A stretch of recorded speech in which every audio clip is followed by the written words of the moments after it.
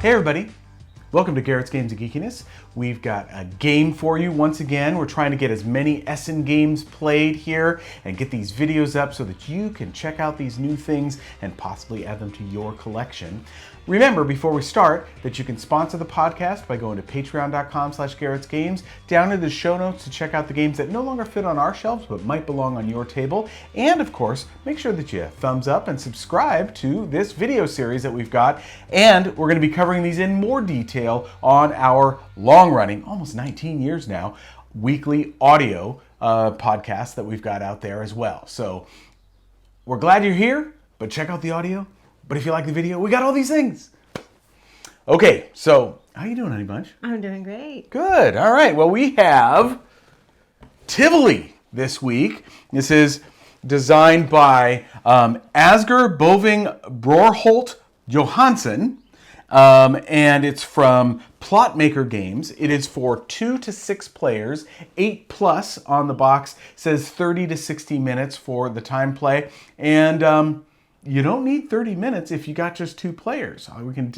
We clocked it in, and all of our plays were 20 minutes or under. 17. Yeah. This is a definitely family style board game set in Tivoli Gardens, which is right in the heart of Copenhagen, Denmark. And this is a Copenhagen company, so kind of cool that they've got that going on. So think Disneyland. Exactly. In fact, Disneyland was, my understanding is that Walt Disney actually went to Tivoli, and this was one of the places that inspired him for the creation of Disneyland. So it is very beautiful. It is very beautiful. We were lucky enough to be there a number of years ago now when we went to Scandinavia, and we love telling the story. Yes, we saw Jason Mraz. Actually, we had a conversation. Exactly. He was very sweet. Right? Yeah, we were on. He said, "Are you from California?" Yeah, he initiated the conversation. And we said, "Yes, we are." And Doug said, "You look familiar to me. Are you Jason Mraz?" He's like, "Yes, I am." It turned out it was his birthday. He was there playing a concert, an acoustic show, and we rode the swings ride, the one where they lift you up and you're on these long chains and you're swinging around. We rode that with Jason Mraz. And what I want to say that's really cool about that is you don't wear your shoes on the ride. Yeah, that's true. He had his, shoes and a little bit. He was barefoot, and we were all barefoot on the same ride. And that, of course, wouldn't happen in Disneyland. You do need to wear your shoes the whole time. That's true. In that park, so that was pretty cool too. That was pretty cool. So let's talk a little bit about Tivoli here from Plotmaker Games. Okay, so you can see you have the amusement park laid out here on the board. There are 3 types of rides that you can go on. The family style rides, which are in yellow, and there are 8 of those. The ones that are going to make your heart run a little bit faster, which are the blue rides, and then the Daredevil rides, which are the red. Which there's slightly less of. Exactly, right? Yes. There are cards. You want to talk a little bit about the cards that we've got here? Sure, we have some cards where we're trying to get sets, and if you can get a set of lollipops, balloons, and cotton candy. Or they call it candy floss. You're going to get 3 points initially, and then if you get the whole set, you're going to get 4 extra bonus points. But if you also get 3 of each, you're going to get... Yeah, 3 of a particular kind. Of a particular kind, you're also going to get additional 4 points. And they can count for both. Yes, you immediately get any points that are in the triangles. You're going to get those. We'll talk about how you score these. You also have food that you can purchase. And then you have cards that allow you to kind of hold over the values that you are rolling on a die, on these 3 dice as you move forward. The game is going to progress over by doing this little spinner. You start at 12, and as soon as it goes all the way around to 12 again, that's going to trigger the end of the game, and you finish out the round in which that happens. And you'll notice there's only 8 time slots here, so the game is very quick. It is very quick. Everybody has a bunch of little lanterns, and you can see that there are these circles that are on the board where you're going to be placing these lanterns as you go on a ride or go down really pretty paths. And having been to Tivoli and walked around, it is a really beautiful place as well. Yes. So those are the things that you've got. The dice are all 3 the same. same. You have They're all really, really chunky. Nice and, chunky and dice, they're exactly. Indented and really beautiful. Yeah. So you have two sides that are tickets, and you're going to need tickets to go on the rides. You have two sides that are, one side that is coins, and that's coins that you use to purchase the cards. You have two sides that are the arrow, which is the movement along paths. Some are just regular paths. Some are these pretty paths. They have the tulips by them and cost 2 or 3 to go down and give you points when you go down them. And then finally, there is on every single die a clock face, and that is one of the possible ways in which you move forward the game. On a turn, you are going to roll, and then Yahtzee style, you can determine the things that you keep rolling, re-rolling up to 2 times any or all of the dice that you've got. So, for example, I'm in this area, and notice there are paths then to other areas. There's 8 areas on the board. So here's an area with 2 attractions. Here's another area with 2 attractions. So say I had rolled this and this. Okay, so I've got 2 tickets and a coin that I can spend. I can now say, oh, you know what? I'm going to go and I'm going to go on the blue ride here, spending my 2 tickets and then getting 5 points. So I get 5 points here, and also putting my little lantern in, and then I've got a coin, and maybe I want to start trying to do that set collection. So I take the cotton candy or candy floss and get 1, 2, 3 more points with the potential of getting sets here. The card draw does not refill until the end of the game, and these actually aren't there. It's just these 5, right. And so you then refill from the top.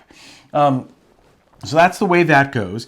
In every game, you notice that there are 6 spots where people can place their lanterns, but depending upon the number of players, that's how many of the tokens can go in any one slot, and you can only go on any ride once. So, for example, here, there we go. Shelley and I now have both gone on this ride. If she had rolled a similar thing, maybe she had rolled this, and so she puts her 2 things in, and she goes down this path and winds up here after going on the ride at the end of the game, or at the end of the round. And here, because both things are there, that also advances the game. Exactly. Then along with that, you're going to look at majorities. So at the end of the game, you're going to look at who has the most. In a 2-player game, most or tied for most. In a 3-player game, most and second most, and ties are friendly but not perfectly friendly. So in other words, if 2 people tied for the first place, then there's no second place that's going to happen here. And then 4 or more players, there's a first, second, and third that is given and awarded. You also get awarded for your sets. You get awards for the person who has first, second, and third place, depending upon the number of players, for most food that you've eaten, as well as the most pretty paths that you've gone down as well. The most in red. Most in red, yellow, and in blue. Exactly. All right. So that's the way the game is played. All right. So what did you think of this one? Well, you know I love it. It's crazy because it seems so straightforward. Exactly. And I was like, oh God, this is just going to be a kid's game. And it's not. It is a family game. It's family style, but when you're going around the board, you are really thinking you're trying to get the most in each one. And you're like, it's only 3 points, but 3 points adds up. You're really looking at these cards on the side. And you're maybe saving 1, and then you're re-rolling a die. Yeah, I mean, you have the luck of the die roll, of course. But that's actually really fun. It is. When you're playing, this is a race game. It is a race game with some area majority. Exactly. So pay attention. Race game. When you are playing this, you're thinking to yourself, all right, so I can go across here with one of the arrows. Or then you're thinking, okay, but then if I go here, I'm going to be have less red than the partner. So you're really looking at what your opponent's doing, and it's really affecting what you're going to be doing too. For sure. So sometimes you have to bail on stuff and move to another area. Sometimes you want to progress the game with time. Right, because you're like, oh, I'm nicely ahead right now, and if I were to push to the end, I could possibly win here because I've got some majorities. For the most part, whenever you rolled a die that had time, that was one you would choose to re-roll. Yes, exactly. Because you're wanting to get somewhere and do something. Yes. And then make the best of wherever you can get. And sometimes you can't, Yeah. but it is really fun. It's nice to be able to set up where you have like an extra ticket for a subsequent round, or an extra movement if you want to go across the pretty paths and so on. So those were things that we were looking forward to as we're trying to go. And also you want to not let somebody get their cute little you're teddy trying bear. not to let them get sets and stuff. And you're always thinking, when you go across a pretty path, you get points for that initially. And if you have the most, you're going to get that 3 at the end. Right. So it adds up. Same with any of these things over here. 3 points for the card, 3 points, and if you get the points, set, but if you get the set, then 3 more. That's 4 more points. So the key here is there should not. This should move along. Yeah.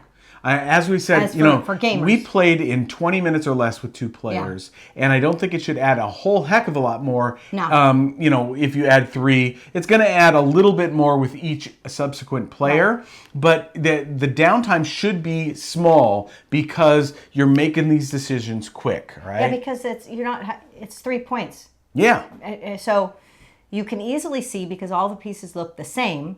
Because I'm like, oh, that's weird. They're all the same. But that's so you can easily see for area majority, for certain colors.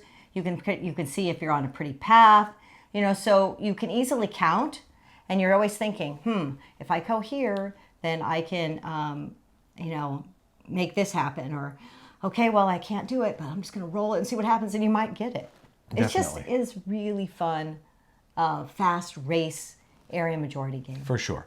So, as you can see, we enjoyed this one. Really solid, 2 to 6 players, plays in 20 to 30 minutes unless you get up to the higher player count. And if you guys are playing 60 minutes, I'm a little bit worried about your analysis paralysis on this. Maybe you're teaching a child. Well, how to yeah, tell okay, the all right, I got difference that. between certain actions they could do or something. That's like true. That That would be okay. Yeah. But I mean, kids would like this, and I think gamers will like this. Definitely. So this is Tivoli from Plotmaker Games, designed by Asger Johansen. We really liked it. That'll do it for this video. Remember, you can check out the other videos on our YouTube channel. Remember to check out our audio podcasts that we have weekly, sometimes even more than once a week, especially as we hit all these Essen games. And support the podcast at patreon.com/Garrett's Games.